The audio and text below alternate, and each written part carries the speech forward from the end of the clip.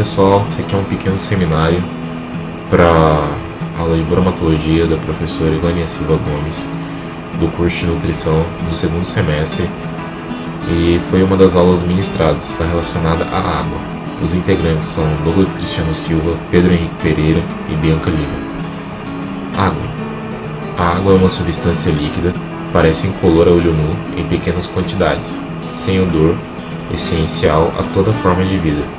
É o hidróxido de hidrogênio ou monóxido de hidrogênio. Está presente em 70% de toda a superfície terrestre, possibilitando a vida e o crescimento de todo o ecossistema. Está presente em 90% da composição dos frutas e legumes e cerca de 70% da composição do ser humano. Utilizado largamente pela indústria e seu uso é restrito à água potável ou passível de potabilidade. A água em si, ela precisa ser potável ou passível de potabilidade, que ela não tenha produtos químicos agressivos que sejam praticamente impossíveis de ser retirados da água. A questão do corpo humano e tanto das frutas e legumes, ela tem uma variação.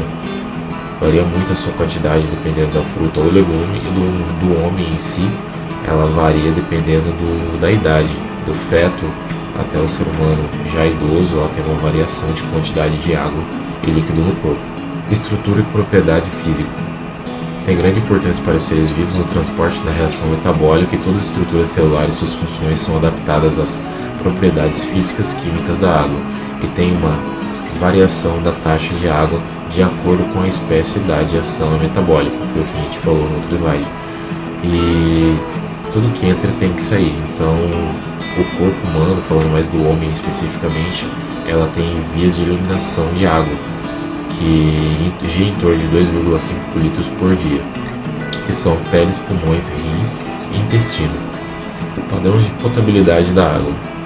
Para a água ser considerada potável, ela apresenta características de pureza que adequam ao seu consumo humano, animal e produção agrícola. Sua potabilidade é classificada em química, bacteriológica, e que se relaciona com a presença de bactérias ou germes; química, que se relaciona à presença de sais dissolvidos na água. A água também é considerada um solvente universal.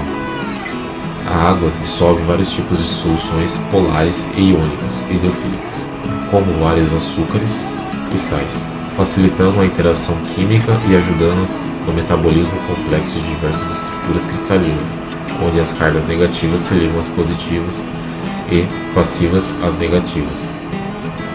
Então dá para você olhar aí que nessa pequena foto aí ela mostra como os elétrons são ligados para fazer a dissolução dos produtos cristalinos. A estrutura. Sua estrutura é composta por átomos de hidrogênio compartilhada com oxigênio, que gera uma carga parcial negativa.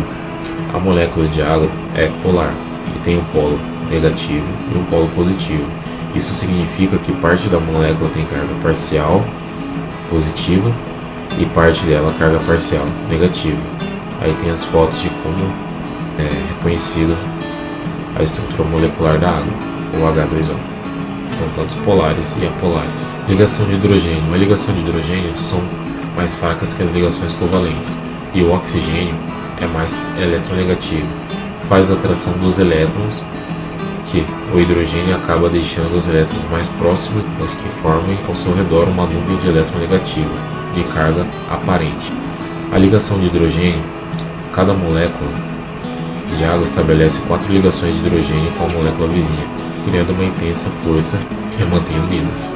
Aí tem uma foto da ponte de hidrogênio, como a ligação do gelo, o gelo derretendo, a quebra dessas pontes de hidrogênio, e a água, a sua forma química. Meu nome é Bianca e eu estarei dando continuidade falando sobre as propriedades da água. É necessário muito calor para poder elevar essa temperatura de água líquida, porque parte desse calor vai ser usado para quebrar as ligações de hidrogênio entre todas as moléculas. A capilaridade é a capacidade de subir em extremidades de um tubo bem fino de paredes hidrófilas. A gente chama de coesão a união de moléculas, que é quando a água se mantém unida e fluida. Significa dizer que suas moléculas estão totalmente ligadas a pontes de hidrogênio. Já a adesão é totalmente o contrário disso. É a quebra de moléculas, onde ela vai destruir essa unidade e vai permitir com que as partículas da água se misturem com outro tipo de substância. A água é o nosso principal alimento, por isso não podemos beber qualquer tipo de água. Ela tem que ser sem cor, sem cheiro e sem sabor. Há 2 tipos de classificações. É a fonte natural, que chega por vias naturais, como as algas, a vegetação em decomposição, as bactérias e os fungos inorgânicos. Já a fonte artificial são os resíduos domésticos ou até mesmo industriais. Compostos iônicos são aqueles que apresentam pelo menos uma composição iônica entre seus componentes. O pH ele consiste no índice de acidez, neutralidade ou alcalinidade. O pH das águas estão classificados de 7 a 8,5, que é o valor utilizado para podermos beber ou para irrigação. Já o valor com pH mais que 9 é inadequado para qualquer tipo de uso. O pH ele é a função principal do gás carbônico dissolvido e da alcalinidade. O metabolismo de algum indivíduo que não é adaptado a determinado pH, ele fica um pouco perturbado, causando algum tipo de irritação, onde pode causar as azias e a dor de estômago. Explica muitas vezes as desordens digestivas de pessoas que viajam muito, constituintes iônicos. Nesse texto está falando um pouquinho sobre a base, para não ficar nem muito ácida e nem muito alcalina. Água nos alimentos. Aqui mostramos alguns alimentos e a quantidade de água que tem neles. A água pode ser classificada de 3 formas. A água livre, que ela apresenta uma fraca ligação aos demais componentes de um alimento e pode ser de cultivo para o micro-organismo. A água ligada apresenta forte ligação aos demais componentes do alimento. Normalmente, forma a primeira camada da hidratação da mesma. A água absorvida é uma parte de água com uma camada como os amidos, as pectinas, as celulosas e as proteínas. Atividade da água. Quando o conteúdo de água de determinado alimento ele é reduzido, ele vai aumentar a concentração de soluto e com isso vai reduzir a sua perecibilidade. Os efeitos são o crescimento microbiano, a deuterização química e a deuterização da consistência. Olá, meu nome é Pedro e eu vou dar continuidade nos slides. O grau de perecibilidade depende, entre outros fatores, da forma de ligação entre as moléculas de água entre si e com outros componentes dos alimentos, e de sua resistência à ação de micro-organismos e enzimas. Alimentos perecíveis têm elevado teor de água, alteram-se rapidamente, como carnes, pescados, ovos, leite, frutas, suculentas ou moles, hortaliças, folhas e produtos novos. Também tem os alimentos semi-perecíveis, com menor atividade de água, tem maior resistência às alterações, podendo ser conservado em um período de tempo maior que o anterior, dependendo dos cuidados da manipulação e armazenamento.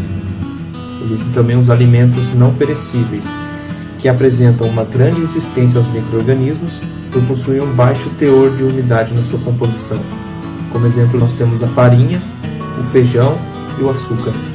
As alterações podem comprometer parcialmente ou completamente o alimento e, dependendo da gravidade e extensão do dano, permitem a utilização do alimento.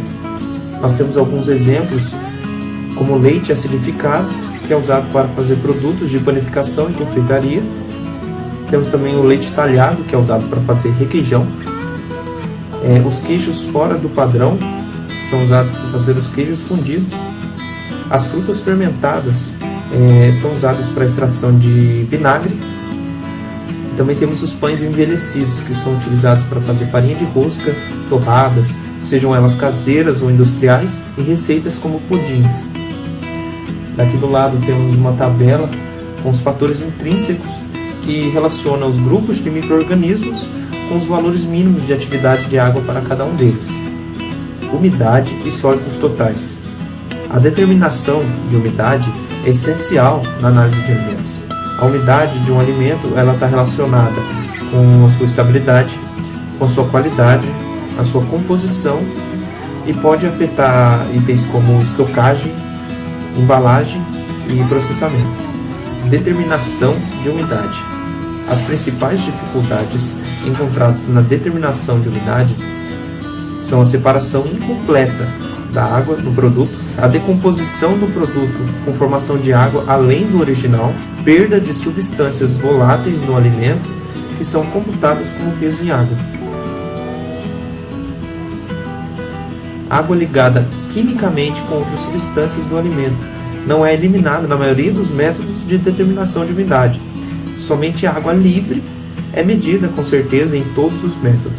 Sólidos totais. Os sólidos totais são obtidos pela diferença entre o peso total da amostra e o conteúdo de umidade. Em geral, a determinação de umidade, que parece um método simples, torna-se complicada em função da exatidão e precisão dos resultados. As dificuldades encontradas são separação incompleta da água do produto, a decomposição do produto com formação de água além do original e a perda de substâncias voláteis no alimento que serão computadas como peso em água. Metodologia. São utilizados métodos como o método por destilação, os métodos químicos e os métodos físicos. Tem os métodos por secagem, que são utilizadas secagem em estufa, radiação infravermelho, fornos micro-ondas ou sinal de secadores. A exatidão do método é influenciada por vários fatores. Alguns exemplos são a temperatura de secagem, a umidade relativa e movimentação do ar dentro da estufa, o tamanho das partículas e espessura da amostra, a construção da estufa, número e posição das amostras da estufa, formação de crosta seca e superfície da amostra, material e tipo de cadinhos, e pesagem de amostra quente. Cinza e conteúdo mineral. A cinza de um alimento é um resíduo inorgânico que permanece após a queima da matéria orgânica. A cinza é constituída principalmente de grandes quantidades de potássio, sódio, cálcio e magnésio. Ela pode ter pequenas quantidades também de alumínio, ferro, cobre, manganês e zinco.